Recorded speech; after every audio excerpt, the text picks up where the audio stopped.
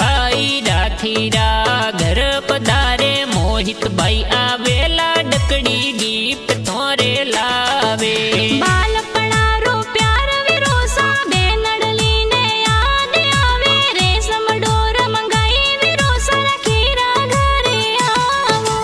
थोरी जाती प्यारी कई जे गांव बुरटिया में भाई आवे बाड़मेर सिटी सु बेना रे भाई आवे लाडकी उमर वीरो आवे वीरा रे मैं तिलक लगावू मेवा मिठाई खिलावू वीरा वेगा घरे आवो